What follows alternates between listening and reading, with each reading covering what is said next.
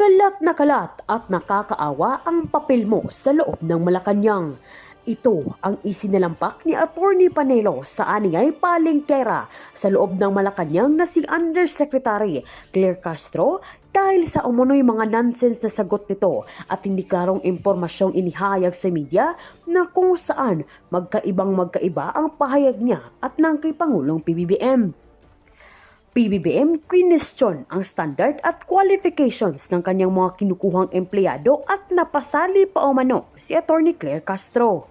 Puno ng batikos ang kasalukuyang Usec na si Claire Castro sa taong bayan matapos bigong maghatid ng mga importanteng impormasyon na nararapat ihayag sa mamamayan, kagaya ng hindi pagsagot sa anilay sitwasyon ng Pilipinas sa ngalan ng food security dahil sa mga tumataas na presyo ng mga bilihin.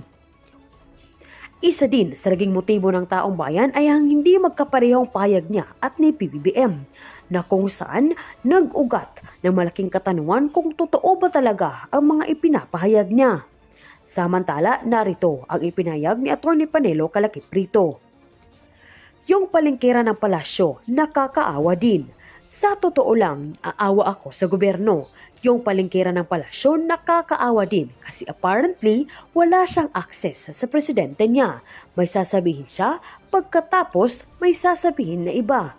Nakakaawa din sila Banat pa ng mga political analyst na hindi nararapat na paligiran si PBBM ng mga ganitong klaseng tao dahil ito ang makakasira sa reputasyon niya, lalo na't patuloy na gumagapang pababa ang kanyang trust rating sa numerong 25%. Dear Bongbong Marcos, you will go down in the Philippine political history as the only president with the lowest trust and approval ratings. Why? Because you brought in your Helen of Troy, someone who is subtly destroying your credibility.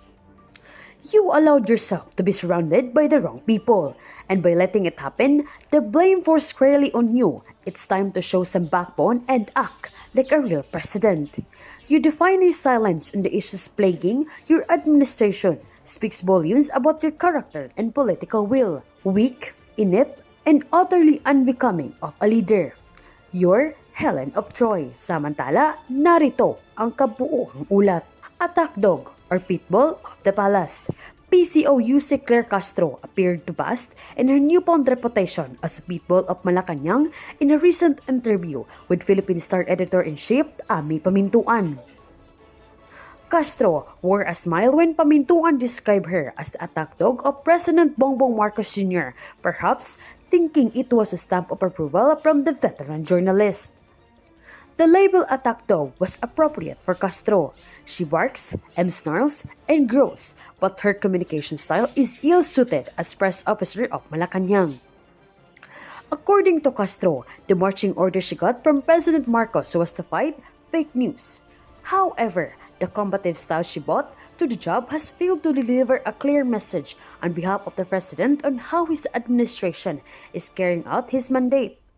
If any, Castro has succeeded in obscuring the issues, and as a result, the public is left clueless on what President Marcos is doing to address problems like poverty, food security, and criminality. Castro strays from the core purpose of Presidential Communication Office, which is to provide the Filipino people with meaningful and relevant information about the government's efforts to make their lives better. Jump into any of the briefings conducted by Castro for the Malacanang Press Corps, and one easily gets impression she's more concerned about throwing dirt to the Dutertes. A number of times, Castro was caught unable to give the right answers to questions from the media. One example happened last week when a female reporter asked Castro for an update about the progress of government efforts to achieve food security.